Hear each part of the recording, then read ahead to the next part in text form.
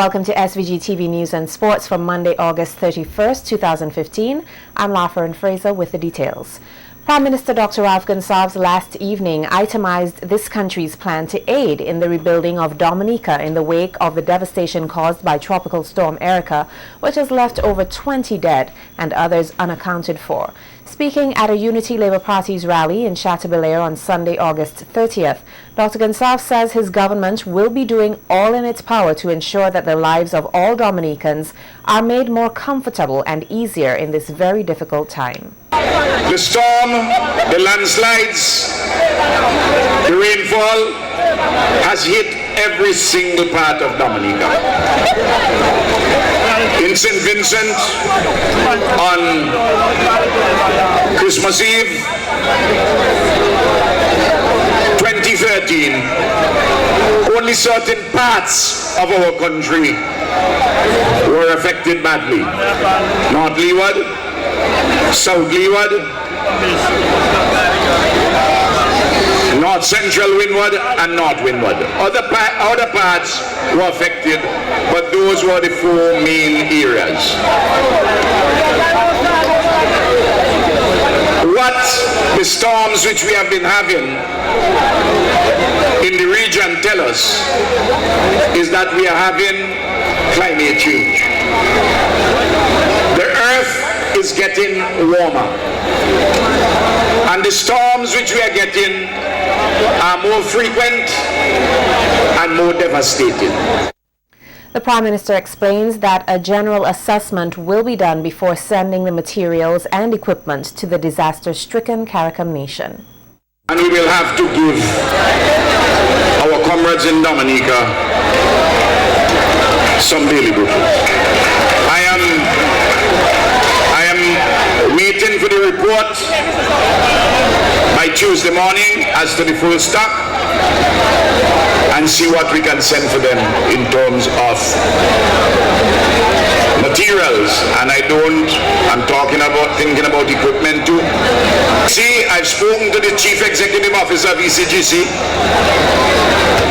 and they're sending a lot of flour and rice and animal feed, and from their associate company in Guyana, they're also going to send some rice. I want also to announce that Camilo, the Minister of Foreign Affairs, is going to be engaged, in fact he's now actively engaged, in seeking to put together a big cultural rally so that we can raise money for Dominica. According to Gonsalves, he will also be negotiating with the Football Federation to put things in place to allow for an additional collection of funds for the people of Dominica at the World Cup qualifying match to be held here on Friday with this country and Aruba. He also encouraged persons and organizations who are able to assist Dominica to do so. I also want to ask the Football Federation through this medium, and the Minister of Sports is hearing me here. We are going to have a big game on Friday at Annesville, where St. Vincent and the Grenadines will be playing Aruba in a World Cup qualifying match. And I believe that we should have a special collection at that game for the people of Dominica. There are other things which I would announce as the time goes by. Switching his focus from the recent devastation in Dominica, Dr. Gonsalves told Vincentians that this country stands to save $35 million on fuel import once the geothermal project gets underway. Now inside of the earth, because this country is of volcanic origin, we have several areas of geothermal resource. That is hot steam inside the earth. There's a big area on the eastern side of the La Soufrière mountain with about 60 megawatts, and there is a big area on the western side. And the reason why we are proceeding to deal with first on the eastern side is that it only costs $4 million US to do the infrastructural work to get to it.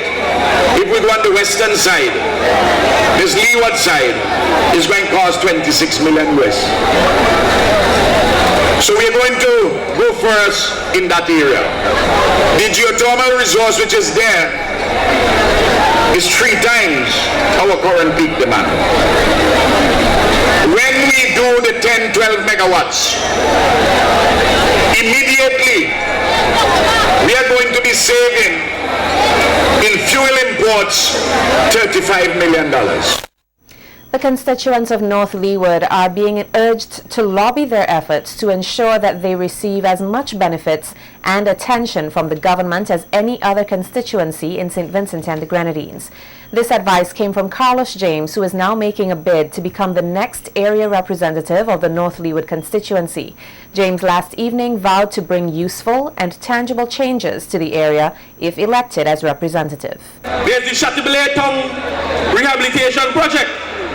And I want to lift Chateaubriand, and I want to see Chateaubriand become a featured tongue, a tongue whereby we can move services and bring them here to North Leeward. In that program, we have to see the expansion of the Chateaubriand port of entry.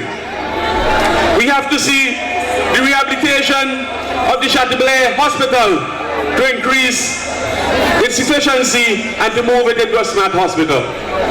This is under the modernization of the health programs here under the Unity Labour Party government. I want to see a lot more initiatives here in North Leeward, and with the international airport coming on stream, and with the Peters Hope Monkman project, which Louis Craig is going to talk about, you will see more jobs coming here for the people of North Leeward, over 300 or so, from a basic worker to an employee who's at a degree and management level. I want to see you employed. According to James, for too long the area has been struggling with poverty, unemployment and a lack of resources to deal with the issues affecting persons. He adds that it is time the youths of the constituency receive employment and more educational opportunities. I want to see young people fly. I want to see young people like myself develop and get the opportunities that the people in Kingston and the business community believe that the people of North Leeward should not get. And I'm going to do everything in my power to ensure that every single person, young and old, in North Leeward is well taken care of. It is my policy, it is the policy of the Youth Labour Party, it is the vision of our political leader that we have to take care of you, the people of North Leeward. And I want to say I love you, and I will continue loving you as we go forward. Forward with James. Let us not make any mistake that this election is about serious business. It's about policies, it is about issues, and I'm serious about them.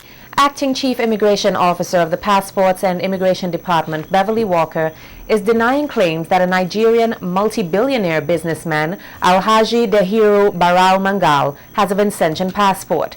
According to a post on Caribbean News Now, dated Monday, August 31st, Barau Mangal has been issued an SVG passport in exchange for cash payment of $75,000 US. The report states that the 52-year-old Mangal is Nigeria's top cross-border smuggler, initially building a fortune by smuggling petroleum products through the Republic of Niger.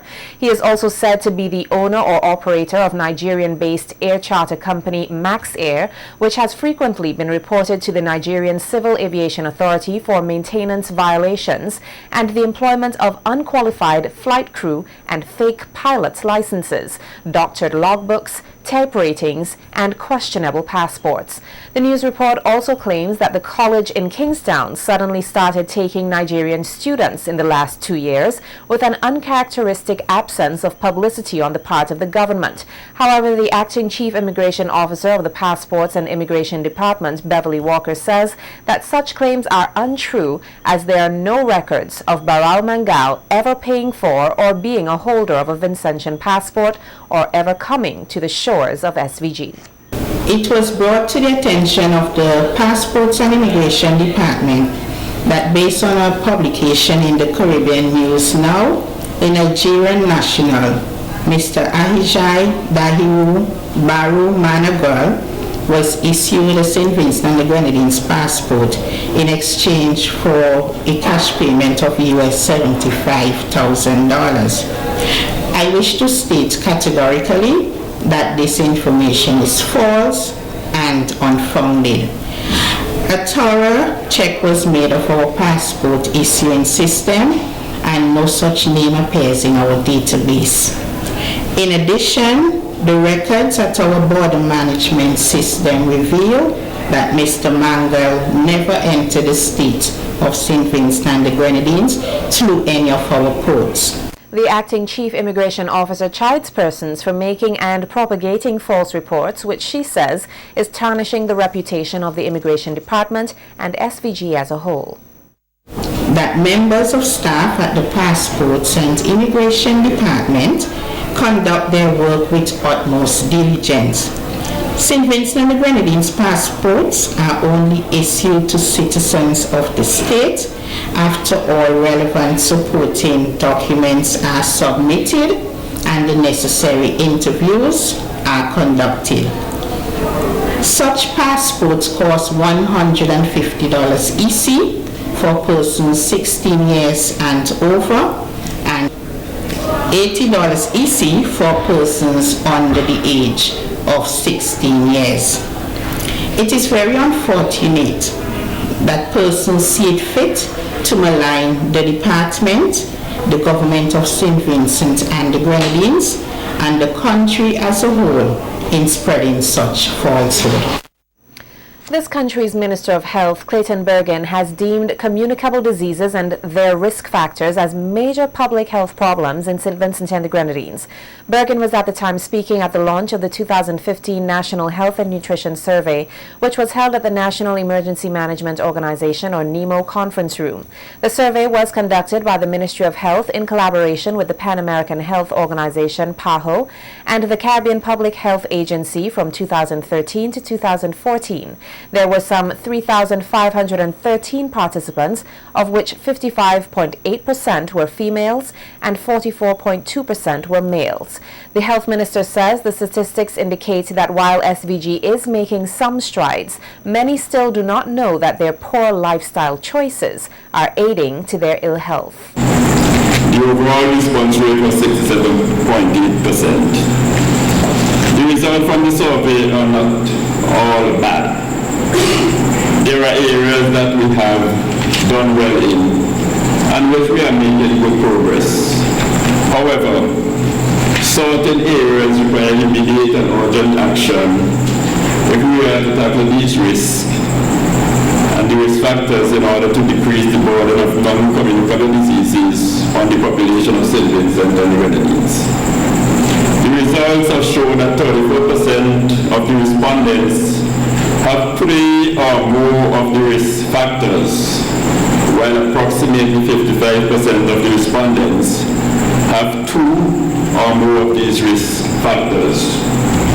The survey demonstrated that non-communicable diseases and their risk factors are public health problems in St. Vincent and the Grenadines.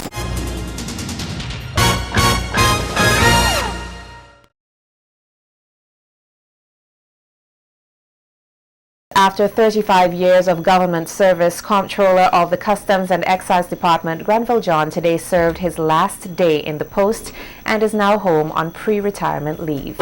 John, who started out as a junior customs officer just after secondary school in 1980, worked his way up and served in Mustique as the officer in charge. He was then promoted as an enforcement officer with specialized training in intelligence gathering, risk management, and anti-money laundering. In 1998, John was granted study leave and acquired a bachelor's degree in finance from the University of London. The Chevening scholar also attained a master's in banking and finance law, and in 2000, John attained his law degree in England and was later called to the bar that same year. Also a chartered accountant, John worked at the Director of Public Prosecutions Office and later did a stint at the Financial Service Authority, FSA, where he was promoted to Deputy Director from 2001 to 2014. John then went back to work at the Customs Department, this time as the head, and served until present. In reflection of his 12 years as the longest-serving comptroller, John says that he is most proud of his working toward the modernization of the Customs Department, which he also thanked his hard-working staff for. More diversified as every day, and so but the foundation is there to be built on. And as I said, I am satisfied that I'm leaving the Customs in a better place, in a better position, and I'm not the only one saying that. I'll just give you examples of international recognition in that regard. Because sometimes you say, well, if you hear it from a local, you don't believe it. But when certain international bodies come here and do the assessment and they tell you that customs in business has improved significantly and that it has helped St. Vincent and the Grenadines in doing business and in trade facilitation, then I think that is something that we all could be proud of. Giving a glimpse into his future, John indicates that he will be establishing a legal practice specializing in law and general customs consultancy. I'm a lawyer by training. I've been called to the bar for 15 years. It's time to go and practice. Listen, when I came out of law school, you're hungry to do the law, right? But I've been called to public service. I've given 35 years of it. I feel it's time now to open my legal practice. And so I will commence a practice in the near future in law and general customs consultancy. Yeah, that's the plan. I have already secured space in the Computech building, which I will work on to put my office. Director General of the St. Vincent and the Grenadines Red Cross, Bernard Marksman, believes that the devastation caused by Tropical Storm Erica should remind Vincentians of the importance of being prepared and alert during the hurricane season. In an interview with SVG-TV recently, Marksman says his agency as well as others have continually cautioned Vincentians on disaster preparedness, but some still do not take heed. St. Vincent, we've been preaching NEMO, the Red Cross, and all those agencies associated with disaster have been saying to Vincentians, we need to always be on the alert. Just recently, 2 years ago, less than 2 years ago, we had our floods. And we had what you could consider a real serious flood. And up to this point in time, we are still fighting. Lots of persons are traumatized still from that flood. However, Marksman adds that SVG has been engaging in mitigation training for persons living close to rivers. It's to do with flood risk reduction. Flood risk reduction, where we are focusing on the communities that have those major river basins, Georgetown, South Rivers, Park Hill, Connery, those areas, the Mesopotamia Valley, the Vermont Valley, the Spring Village Valley. Those areas we are concentrating on so we can do some training in those communities. And for those persons who live, let's say, well, we always say we live near to the river. We don't live really near to the river, we live in the riverbed. So therefore, anything happens, we have a problem. But what we have been trying, what this project seeks to do is to train individuals to not only to live by the river, but live with the river in a more scientific manner.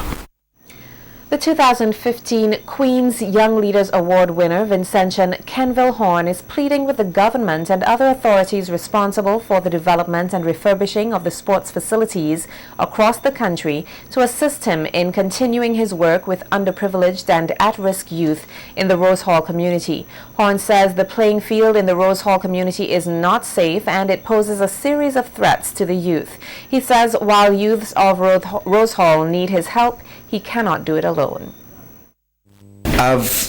Because where we are doing the program in Rose Hall, the playing field is in very serious condition.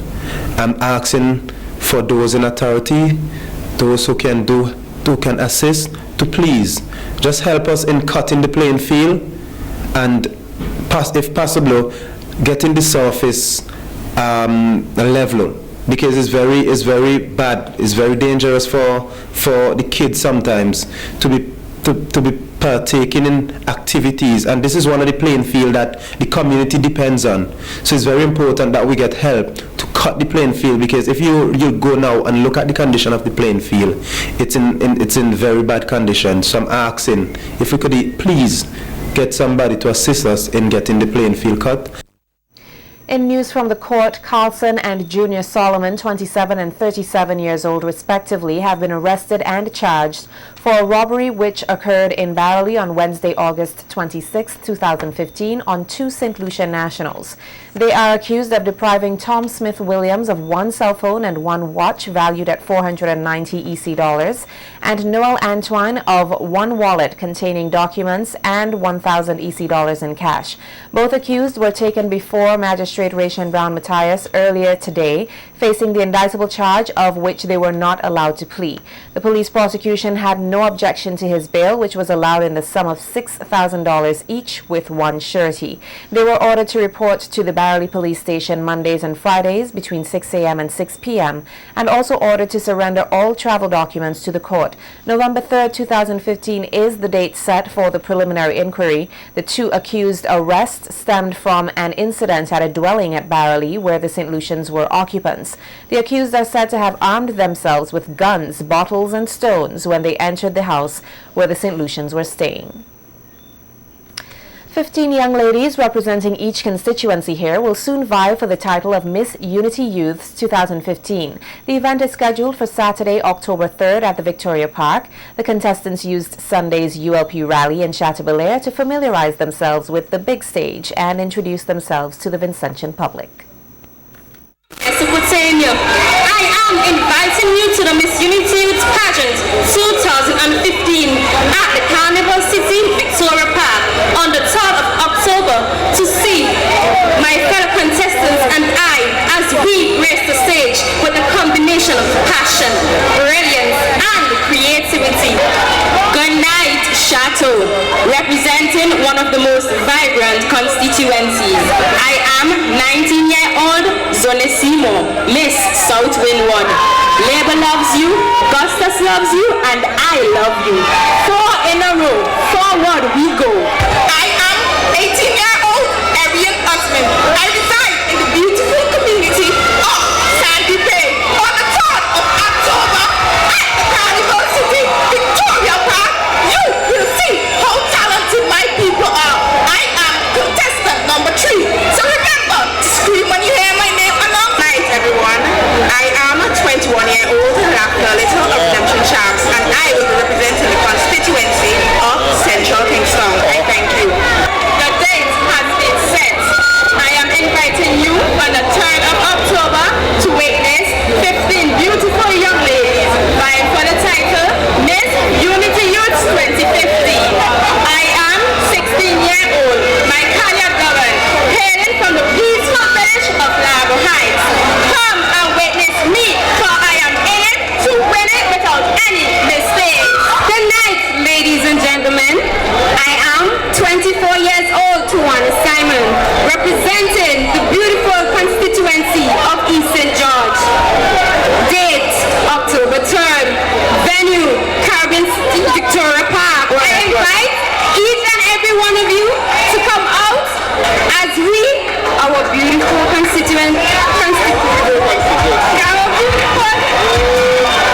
Let's just sit down.